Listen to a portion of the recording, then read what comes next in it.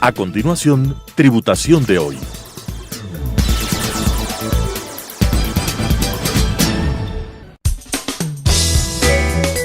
Clasificación A. Apto para todo público.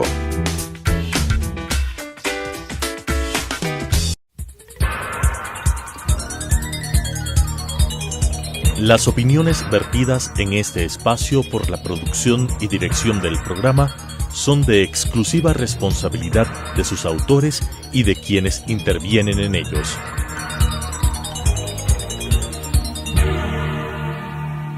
Telesucesos Canal 29 UHF presenta Tributación de hoy, un programa destinado para los ciudadanos en su entorno fiscal para el Ecuador, con la conducción de la doctora Cristina Trujillo. Tributación de hoy.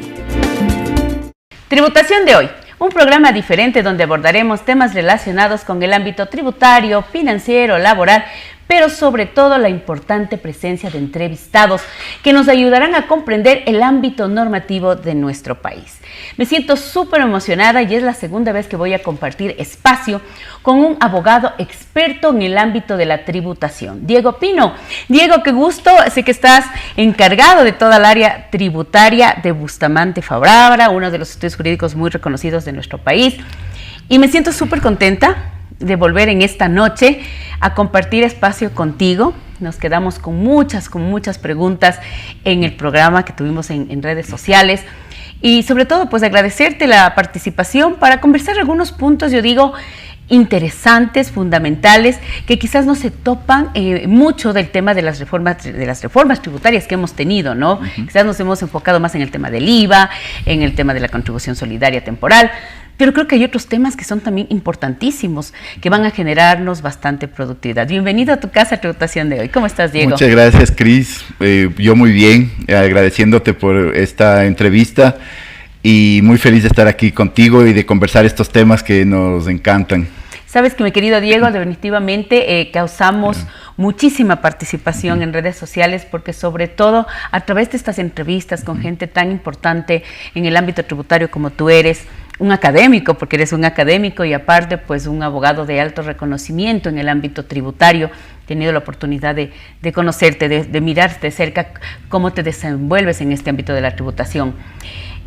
Uno de los temas importantes que trae estas reformas fiscales, que tenemos varias reformas tributarias que se han hecho a nuestra ley de régimen tributario interno y a otros cuerpos normativos y que eran necesarias, yo pienso, fundamentales para poder generar primero un concepto de productividad, un concepto de generar un camino nuevo para esta administración, para este nuevo, hablemos, inicio del ámbito presidencial de nuestro presidente.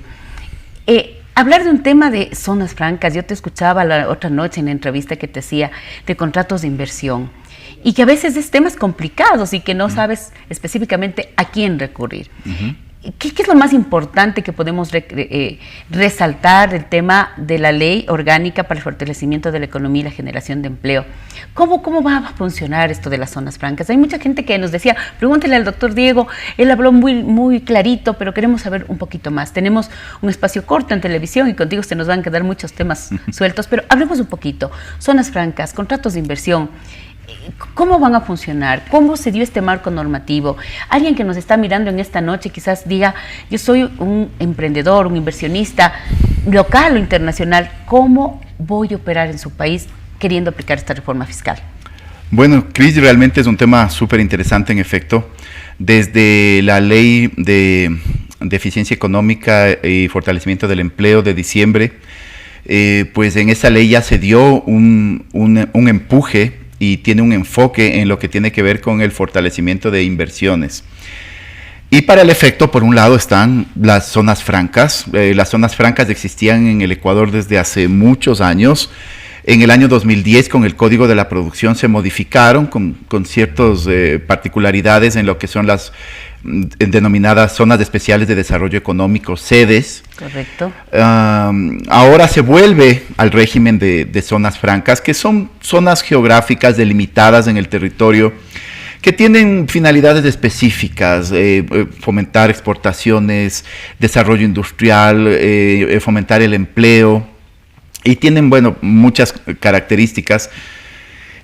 En las que, si es que determinados, digamos, personas, usuarios, empresas se ubican en estas zonas francas, pueden acceder a incentivos en cierta medida de índole tributario, de índole fiscal.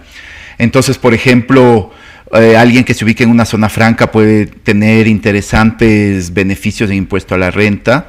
La tarifa del impuesto a la renta, que creo que es algo que les va a llamar muchísimo la atención, Diego, en esta noche. ¿Cuál es la tarifa para un administrador, un usuario que quiere entrar a como tú, me encanta la parte que tú has venido diciendo, esta evolución, ¿no?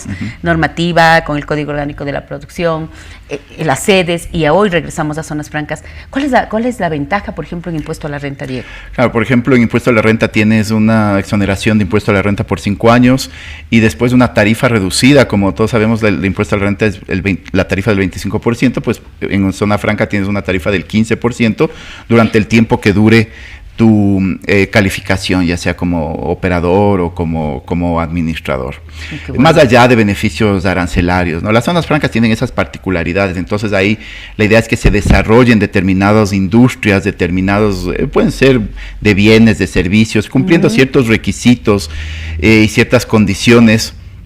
Son polos de desarrollo que se busca tener, y por eso es que se dan este tipo de incentivos. Otro tipo de incentivos que también lo mencionaste, Cris, son los contratos de inversión. Perfecto. Los contratos de inversión es un mecanismo que existe desde hace mucho tiempo. Se ha ido evolucionando también.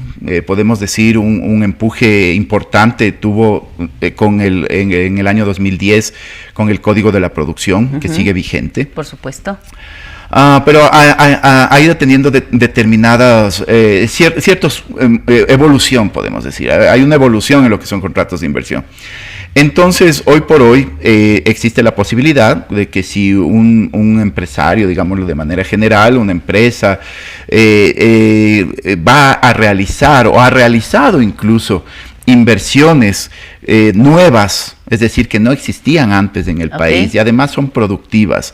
Y hoy por hoy se exige además que haya un incremento de empleo por realizar estas inversiones. O sea, de la inversión tiene que ir de la mano un incremento de empleo. De plaza de trabajo. Y cumpliendo ciertas otras condiciones que hay, existe la posibilidad de suscribir un contrato de inversión con el Estado ecuatoriano, en donde se garantiza, se protege esa inversión, y a cambio, por la inversión que va a realizar esta persona, se otorgan ciertos incentivos, en algunos de índole tributario.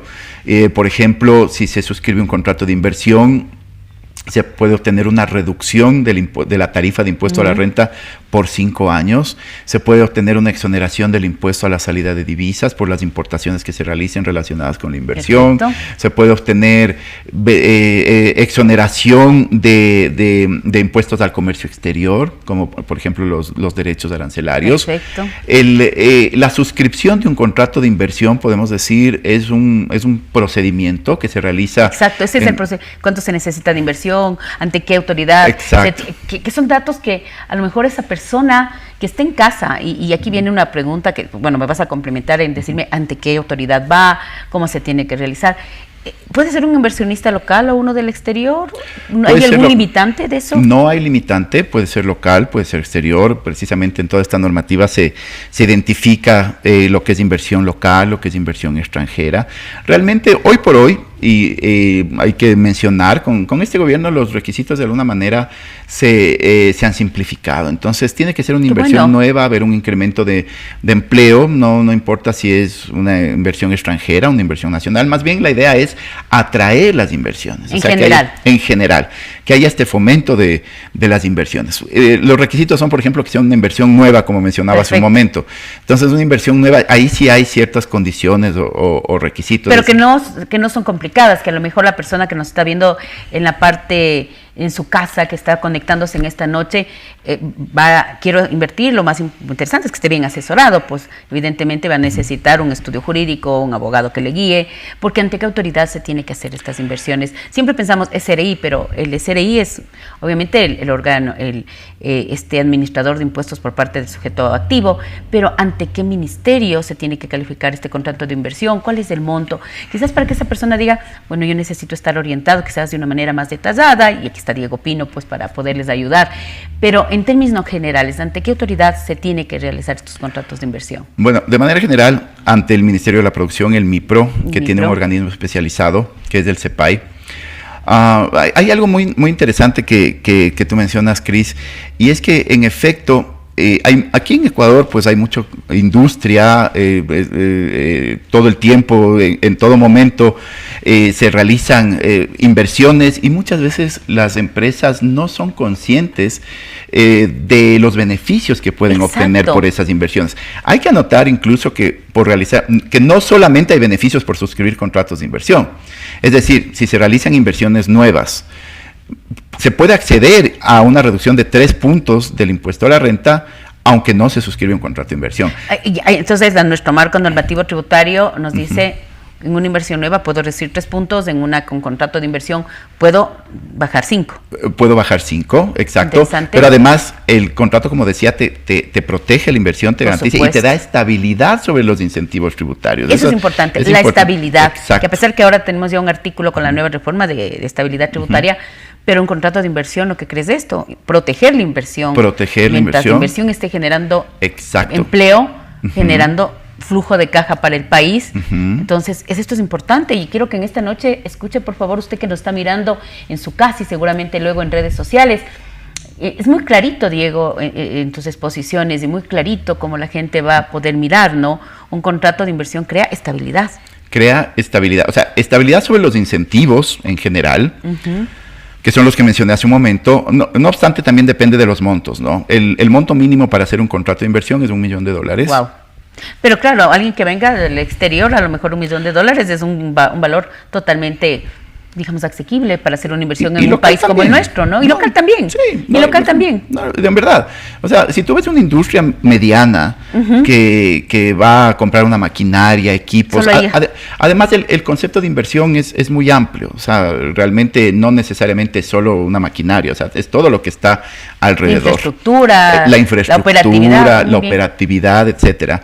Entonces, en la experiencia que hemos podido tener, realmente no es difícil llegar a $1 millón de inversión en industrias solamente locales. Infraestructura y maquinarias, ya estás cumpliendo, yo diría, más de un 60% de lo que es de inversión. Exacto. Ahora bien, si haces una inversión de más de $100 millones, tienes beneficios adicionales, entre los principales, estabilidad sobre la normativa tributaria. Entonces, ahí ya es como que, por decirlo de alguna manera, se bloquea toda la normativa tributaria. Tenemos esa expectativa, Diego, en tu experiencia, de gente que quiere invertir más de 50 millones, 100 millones en el país. Sí, por supuesto. Qué bueno escuchar eso, me encanta, me motivas y me llenas de, yo digo, de esa expectativa, de esa habremos interés que se está generando con este marco regulatorio, que tú me acabas de decir algo muy, muy importante, muy chévere, mucho más sencillo, porque a veces la gente lo que no le gusta es esto, la tramitología, la complejidad, de que realmente sea sencillo invertir en nuestro país y con reglas claras, Diego. Bueno, las reglas van tendiendo cada vez más a ser claras, en efecto. El gobierno, por intermedio del Ministerio de la Producción, está, por la experiencia que nosotros tenemos, te lo puedo decir, está bastante abierto a recibir, y esto desde hace tiempo atrás, no es de ahora, a recibir inversiones, etcétera. Está abierto a recibir inversiones y a suscribir contratos de inversión. ¿Y en cuánto tiempo? A ver, si alguien dice, a ver, yo voy a ir a su país, Diego, y quiero contactarme con Diego, y tengo $2 millones para invertir porque quiero hacer una fábrica, se me ocurre, de secado de rosas de exportación. Es una inversión. Sí. Es una inversión nueva, voy a su país, quiero invertir, tengo el dinero, voy a crear la fábrica, voy a comprar las maquinarias. ¿Cuánto tiempo se demora más o menos en poder concretar este contrato de inversión? Ya, eso es importante. Realmente no es mucho tiempo. Lo que nosotros podemos recomendar siempre es que se haga un análisis previo con respecto al cumplimiento de los requisitos para acceder al contrato de inversión. Revisado todo primero. Claro, o sea, porque para acceder al contrato de inversión se tiene que tener un proyecto de inversión. Perfecto. Entonces nosotros siempre hacemos un ejemplo muy, muy sencillo. Es como decir, mire, vamos ante la autoridad, en este caso el MIPRO, el CEPAI, es como decir, mire, yo me quiero poner una panadería y esta panadería va a estar ubicada en tal lugar. Y para que se desarrolle mi negocio, yo voy a tener que comprar tales y tales equipos, voy a contratar a tales personas y voy a tener unos ingresos en determinados años. O sea, hay que hacer todo un flujo. Qué maravilla. Un flujo y financiero. Y todo eso va de la mano, por ejemplo, con una asesoría completa que les dan ustedes, como por ejemplo en el tema legal. O sea, todo el tema de que vaya bien encaminado para que el éxito del contrato se dé. Exacto. Qué bueno. Exacto. Entonces tienes que ver cuándo vas a recuperar tu inversión, etcétera, todos los aspectos financieros, cuál va a ser tu financiamiento, todo eso te analiza el MIPRO.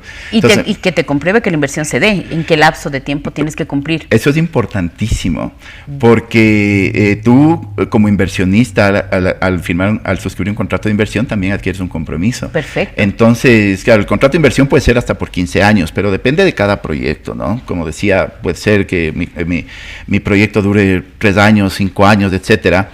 Pero realmente lo que es importante es cumplir, y por eso es importantísimo hacer un análisis previo, porque lo que le decimos al MIPRO tenemos que cumplir. Así es. Entonces, si le decimos, mire, mi cronograma de inversión, yo le digo, voy a hacer inversiones 1 millón en el 2024, 3 millones en el 2025, 8 millones en el 2026. Tengo que cumplir. Y obviamente se pueden hacer adendas, etcétera. Okay. No obstante, tampoco es algo, digamos, tan sencillo de modificar. Es un tema que tiene que ser bastante Pero analizado. Tú me acabas de decir, si vengo y hago este contrato de inversión y le digo al Estado ecuatoriano que voy a invertir y le digo al Estado ecuatoriano que lo voy a manejar, entonces es pero muy importante que definitivamente se cumpla. Y te va monitoreando pues el ministerio, pues, ¿no es cierto? Debe haber procesos de control. Hay procesos de control. Bueno, tú antes me preguntabas cuánto se demora el trámite. El trámite se puede demorar unos 5 o 6 meses. Que es manejable. Es manejable, realmente. También algo que, perdona, Cris, para insistirte un poquito, en nuestra experiencia, hay muchas empresas que realizan realmente inversiones y no se dan cuenta los beneficios que pueden tener. Por supuesto. Entonces, una vez que ya se logra identificar que hay inversiones, que se cumplen los montos, etcétera, entonces ya se puede preparar lo que se llaman estos cronogramas, que son unos anexos que se presentan ante el MIPRO, y pues ya en un plazo de unos 6 meses se suscribe con todas las formalidades de ley un contrato de inversión. Por supuesto, después viene el monitoreo. Por supuesto. Entonces, y ahí es donde entra el SRI. Por supuesto. El SRI no es que te hace necesariamente, digamos, el monitoreo, pero evidentemente la institución a cargo de esto es el MIPRO. Entonces el MIPRO es quien realiza el monitoreo. No obstante, si llega a identificar el MIPRO y te dice, usted iba a hacer estas inversiones. ¿Y no cumplió? Y no cumplió, o por ejemplo no incrementó el empleo en la medida en que se comprometió a hacerlo, por ejemplo, puede notificar al Servicio de Rentas Internas para que pues ahí se haga ahí sí una fiscalización tributaria en donde se va a quitarte los beneficios. Y que de los cuales tú ya veniste en cierta manera usando y beneficiándote. Exacto, o sea, si tú ya te estuviste beneficiando, por ejemplo, 5 puntos menos de impuesto a la renta, y sucede que el MIPRO te dice, no, usted no cumplió lo que se comprometió, ahí es cuando llega el SRI. Y ahí viene la parte complicada, el fisco, a decirte, pues, en su poder de determinador, porque tú sabes que como sujeto activo, pues va a tener que determinar los impuestos que dejaste de pagar por un mal uso de una exoneración. Incluso podrías llegar a temas más allá de lo administrativo, pensaría yo, ¿no es cierto? Quizás no, sí. O sea, realmente serían fiscalizaciones específicas, por ejemplo, del impuesto a la renta. Perfecto. ¿No es cierto? Y claro, ahí habrá que siempre identificar, como en todo proceso de determinación. La intención. Exacto. Qué interesante, yo creo que nos has dado un resumen. Yo creo que esta noche cualquier persona que se conecte, si usted es inversionista local o del exterior, tiene claro estos beneficios fiscales, una reducción de tarifa para una inversión, que no necesariamente puede ser un contrato de inversión de los 3 puntos que nos establece la norma fiscal, o de los 5 puntos, si usted quiere pues un beneficio más. Aparte de que lo más importante que creo que todo el mundo buscamos es la estabilidad tributaria, la estabilidad jurídica. También es importante...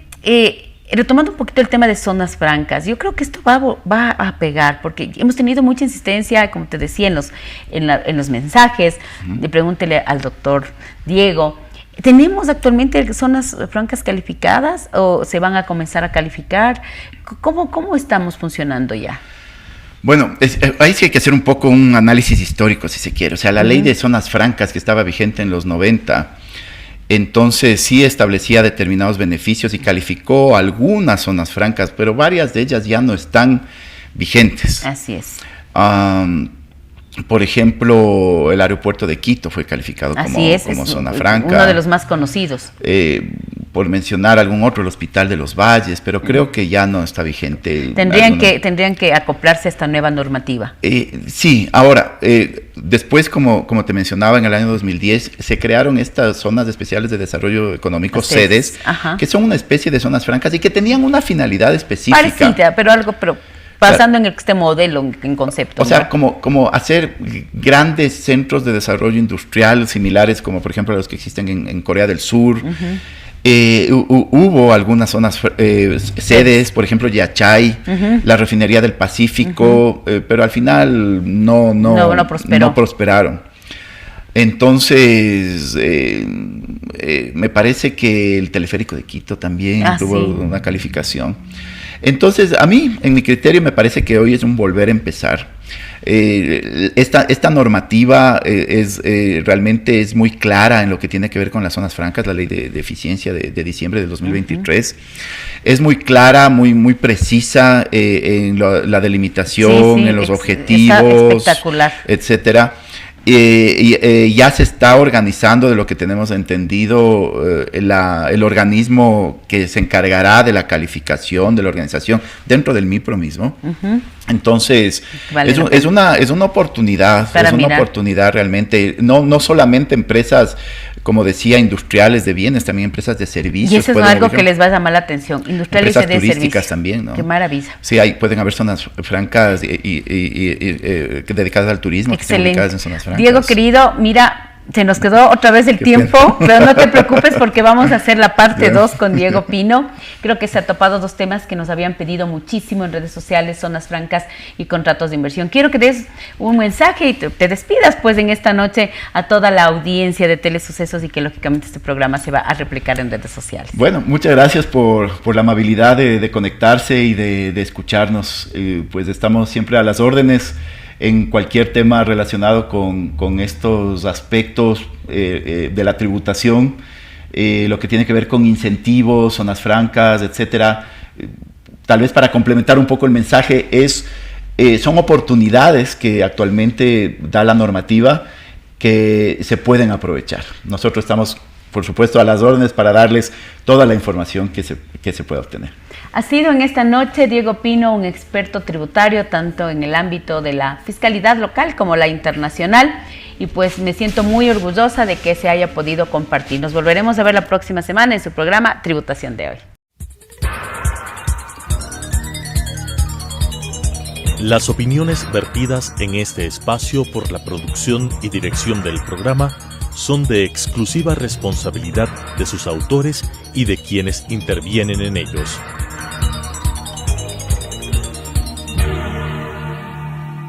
Telesucesos Canal 29 UHF presentó Tributación de Hoy, un programa destinado para los ciudadanos en su entorno fiscal para el Ecuador, con la conducción de la doctora Cristina Trujillo. Tributación de Hoy.